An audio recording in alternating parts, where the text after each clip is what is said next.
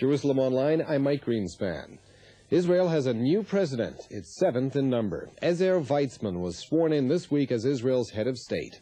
While the position is largely ceremonial, Weizmann, the architect of the Camp David peace process with Egypt, could set the tone for the current round of peacemaking. More about him and his new job in this report from Israel Television. In the Knesset last night, Ezer Weizmann took the oath of office as Israel's seventh president. Earlier, reviewing an IDF honor guard, he paused to chat with an Air Force cadet. Weizmann was an RAF pilot in the Second World War before joining the Free State Palmach Flyers. He would go on to become commander of the Israel Air Force and later Minister of Defense. Once a crack fighter pilot, Weizmann went on to become a fervent advocate of peace and a key figure in the peace agreement with Egypt. Weizmann, frequently outspoken, even abrasive, is also much admired, and this admiration was evident at the swearing-in ceremony, where the crush of well-wishers was unprecedented. Ezer Weizmann, nephew of Israel's first president, Dr. Chaim Weizmann, now himself president of the state. Ezer Weizmann, man of peace and Israel's seventh president. Meanwhile, the latest round of peace talks in Washington wound up with very little progress and plenty of disappointment.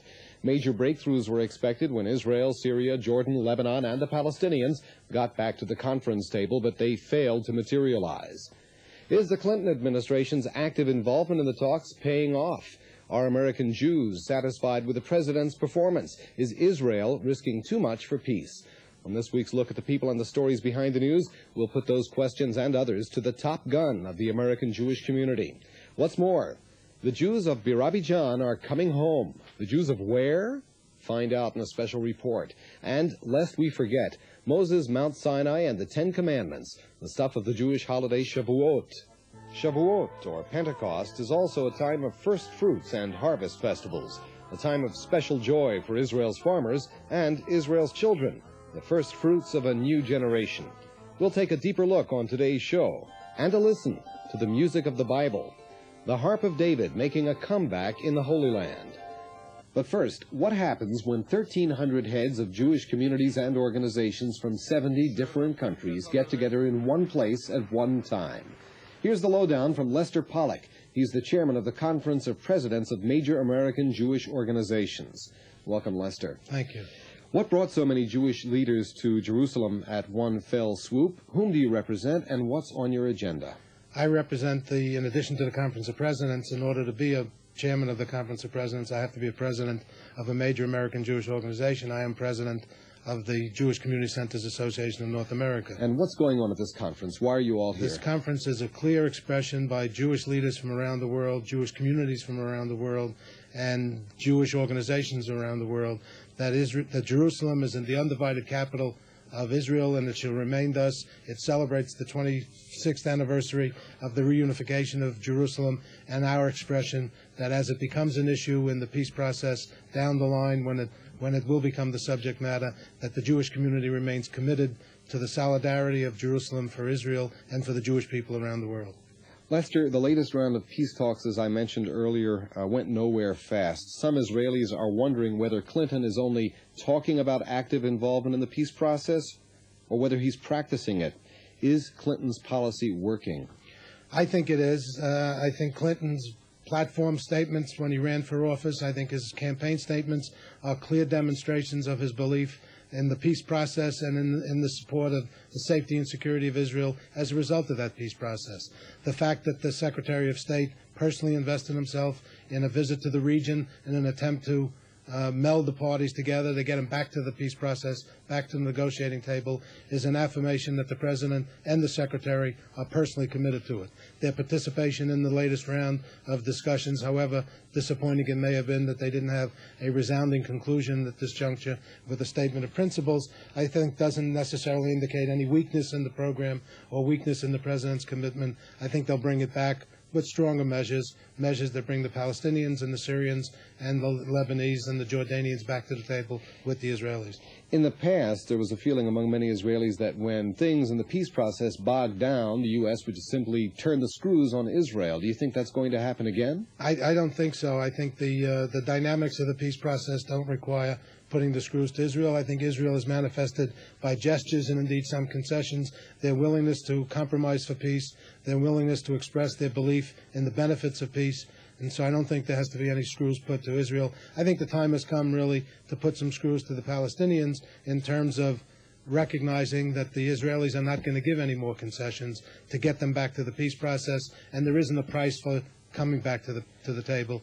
The price is negotiations in good faith. Well, let's talk about the price and let's talk about the concessions for a second. The Rabin government has offered some far-reaching concessions in terms of the form of Palestinian autonomy in the West Bank and Gaza Strip and the nature of territorial compromise with the Palestinians and with the Syrians. And some American Jews are worried about this. Now, in the past, American Jews said, Israel's government makes policy, we keep our lips sealed. At a time when some American Jews are concerned that Rabin is giving away too much, taking too many risks, is this the time for American Jews who feel that way to speak out? Well, first of all, I don't think he's given too much because I don't think there's any real giving and taking yet. There's a delineation of principles, negotiating principles, if you will. So I'm not concerned that there's been too much in terms of concessions. In terms of the community's views, there's a degree of silence in the community which I think is valid, and that is on issues of security, on issues which relate to the long-term security of Israel. The American Jewish community should and properly does leave it to the Israelis to determine their own security. When it comes to issues which we can be constructive, there's another degree of silence, and that's silent and constructive, quiet criticism that doesn't necessarily end up in the newspapers. So I think the issue of our role is constructive. Our role is to reflect the American Jewish community to Israel. It does not have to end up in the New York Times as a press release. Lester Pollack, the chairman of the Conference of Presidents of Major American Jewish Organization, thanks very much for joining us today. Flights of fantasy. They're for real, and they're landing in Israel. The story, when Jerusalem Online continues.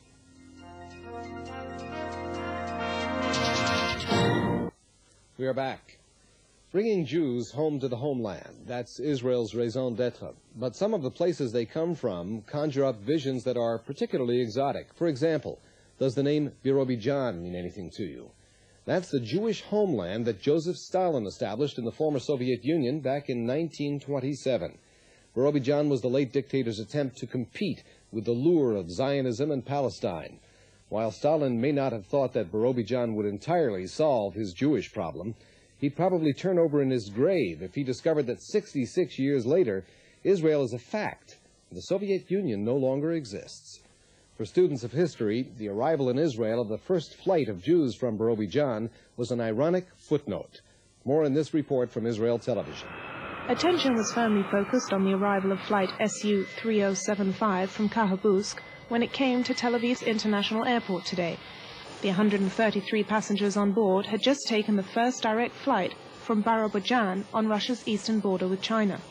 Birodijan has a population of 700,000, 31,000 of whom are Jewish. And today, some of those people finally made it to their homeland, the land of Israel. Today's flight constitutes a victory of Zionism over communism. So for this reason, we're very happy. A second flight bringing another 113 immigrants is arriving this evening. The Jewish agency says they hope the rest of the community will be in Israel soon. This is Nicholas Strauss for IBA News. From Birodijan to Israel, and right after this, on to Mount Sinai, wherever it is. Stay with us.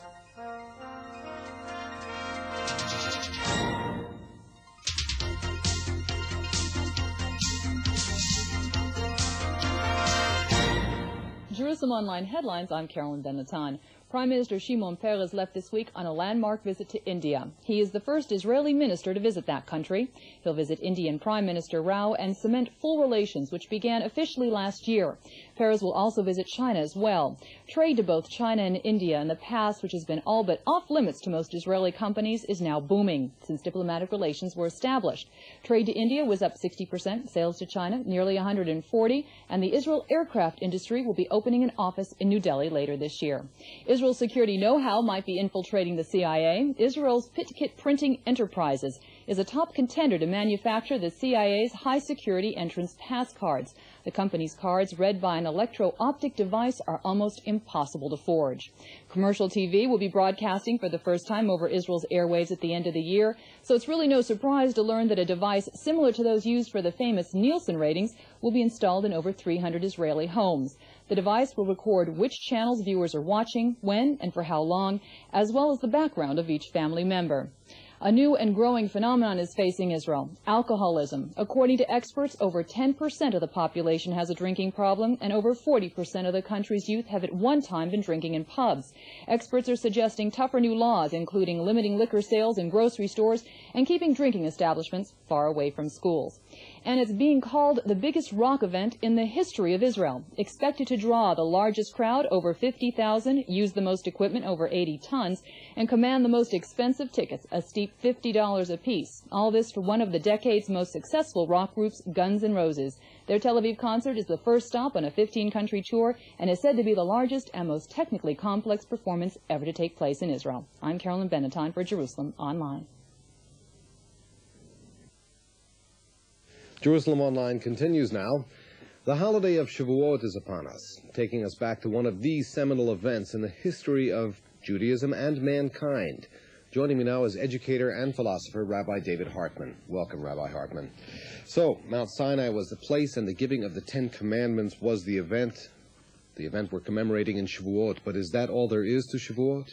Well, Shavuot is the holiday of the pilgrimage festivals in terms of the first fruits, but above all, it is the founding event that defines Jewish identity throughout history. In other words, the Jews became a people not in the land, not through nationalism, but through a commitment to a vision of life, to values.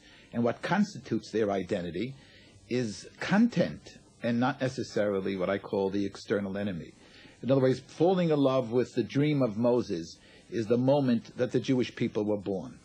Now, that's a dream which, among other things, includes a moral outlook, a way of living, the Ten Commandments I mentioned. Yet in today's world, the Ten Commandments are not entirely observed here and there. So is Shavuot still significant for us? Well, I don't think that we measure significance by what people do, but what people ought to do. And therefore, Sinai gives the vision. You shall be a holy people. You shall be a people that stand for values. Your life should mirror an ultimate principle, an ultimate meaning. Your life should mirror God, should mirror the spiritual opportunities that Moses felt the Jewish people must become. Now, if in fact we are that way is not the question. You see, Shavuot is a holiday in which Judaism was not defined via the anti-Semites or via the oppression. Passover, you confront Pharaoh. In Passover, you confront the external enemy. In Shavuot, there's no enemy outside. It is all internal. It is the teacher, visionary Moses, who in a sense intuits God's vision for the Jewish people. And therefore, your Judaism is not based upon rejection of the enemy, but falling in love with the vision that Moses had. And therefore, it's the holiday not defined via anti-Semitism. B, it's a holiday which saves the Jewish people from any form of internal racism. It is the holiday of the convert. It's the holiday in which you are a Jew, not because of birth, you are a Jew because of conviction. And that's the notion of the covenant. You mentioned it being the holiday of the convert. Is there anything in the Shavuot holiday or its celebrations that creates links between Jews and non-Jews? Well, I would say, first of all, in terms of the convert, the book of Ruth is read, which indicates an anti-racist feature. Secondly, the connection that Jews feel towards the world, the sacredness of human life, the vision of a God who believes in the human capacity to live by values. I mean, Jews have taught the world the concept of mitzvah, commandment, a God who in some way could make demands, a God who liberates you from passivity, weakness, and fear of assuming responsibility for life. A God who makes demands. I mean, this is so crucial for the world. Today, the issue is, does it make you feel good? Or people say, I'm not into this today. I'm not into ethics today. I'm not into doing noble things. Now I'm into tennis in Arizona. The whole notion of being in, do you like it? Rather than the notion, you ought to do. the notion that a human being becomes a human being when he hears the voice of demand. You don't do things because it makes you feel good only. There's nothing wrong if values make you feel good. But you do them because they are intrinsically worthwhile. You do them because you feel obligation. And that sense of ought, that sense of a God who makes demands, is the great message that the Jews gave to the rest of humanity. That's all well and good, Rabbi Hartman, but the world we live in today tends at times to be a bit cynical. So if you're talking to young people, young Jews or perhaps even young non-Jews, about the way to celebrate Shavuot today, what kind of celebration would you prescribe? I would tell them, first of all, don't be frightened to read. Don't be frightened to study. I think the worst thing we do to young people is we're frightened to make demands upon them. They feel their lives are thin. They're caught in some sort of narcissism of the self. They don't hear a voice outside of them making demands. They don't feel that there's a world outside of them that wants to in some way engage them in something serious. Our fear of the serious is what is forcing youth to become, in some sense, narcissistic and feeling that there's no world outside. What are you saying, less video games, more virtue? I would, nice way of putting that, I would say more mitzvah. More the language of demand rather than the language of self-realization. What do you owe others? What do you owe to history? That your very identity is a gift of long human history, and that being born is not to in some way find yourself, but to find who the other is, to take young people out of their preoccupation with the self, which is totally leading them to ennui and boredom. Rabbi Hartman, these are among the issues that you've dealt with in your two books, Conflicting Visions and A Living Covenant, 2 books out of several. Rabbi David Hartman, the director and founder of the Shalom Hartman Institute here in Jerusalem, thanks for dropping by. And before we continue, thank you very much for staying in touch, for filling our POB each week with comments, questions, and suggestions. Keep them coming to this address: Jerusalem Online, POB 33003, Jerusalem, Israel. That's Jerusalem Online, POB 33003 in Jerusalem. And here's our fax number, country code 972-2381658. That's 972-2381658. When you write, don't forget to tell us when and on what station you watch Jerusalem Online. And for everyone who writes, a free gift, a brand new one from Jerusalem Online, your very own touring map of Israel. This is the document you need to plan your future visit in the Holy Land. We'll send you one. And stay tuned. When Jerusalem Online continues, we bring you the sounds of ancient plucking. And we're back. Imagine if you were roaming the hills and valleys of the Holy Land, let's say 3,000 years ago or so. Imagine what you'd see. Imagine the scene, the shepherds tending their flocks, the farmers camped out in their fields. And imagine the sounds, the chirping of the birds, the rustle of the wind in the leaves. And sounds like this.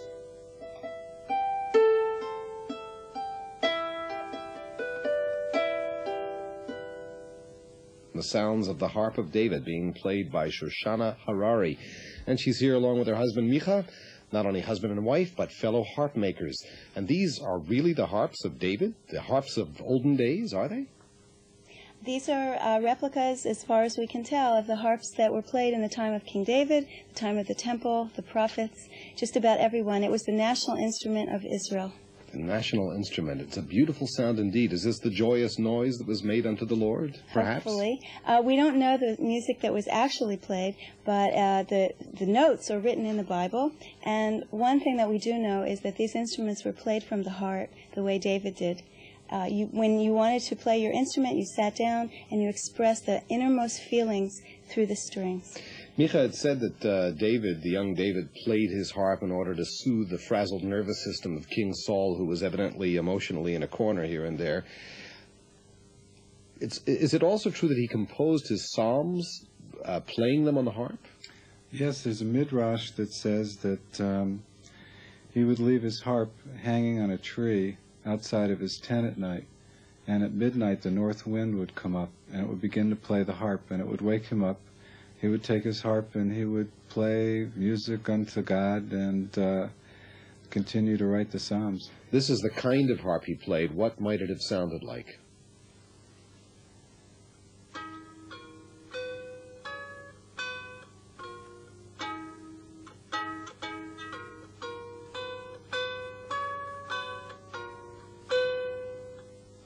That's definitely a more ancient kind of sound in terms of tonality and scales than what we heard from the other harp before. Was the music of ancient days a little less harmonious, a little more dissonant than what we're familiar with today?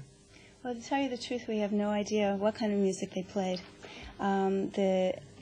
What we do know, which actually came when we started to make this kinnor, is that the music of the future will be radically different from the music of the past. It will be based on a 10-note scale instead of the octave, which is what we have now, and it will reflect the kind of life that we will have then, when there will really be, God willing, no more war, no more fear, no more pain or sorrow.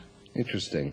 But way back when there still was war and plenty of sorrow, you were telling me earlier that there was something like 4,000 harps in the ancient Jewish temple. Well, we do know that there were 4,000 Levites in the temple, and they were all trained from a very early age, probably 3, to play the harp, to play both of them. This one is called the nevel, and this one is known as the kinnor in the Bible.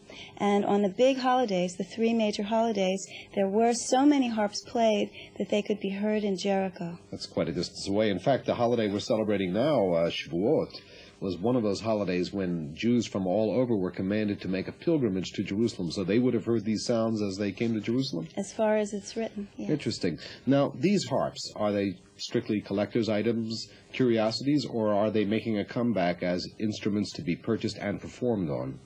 Well, most of the reason that these harps are purchased and kept in the people's homes and played by just about everyone who bought it, I think is connected with the fact that these are the first harps to return after 2,000 years. Our ancestors hung them on the willow trees when they went into exile because they were instruments of joy. And the fact they've returned is a very important factor to the people who buy them because they are wanting to make, as you said, a joyful noise unto the Lord. A symbol of joy, and also a symbol of what the Harrari family has been doing in Israel for the last 9 years or so of harp making here. And if you'd like more information about these harps, write to us here at Jerusalem Online. You remember the address, P.O.B. 33003. That's 33003 in Jerusalem, and we'll send you the information you want about David's harps. Meanwhile, Shoshana and Micah Harrari, harp makers to the world. David, harp makers to the world. Thanks for joining us today. Well, that sounds suspiciously like the end of this week's look and the listen at the people and the stories behind the news from Israel. You've been watching Jerusalem Online. I'm Mike Greenspan. Join me again next week. Shalom.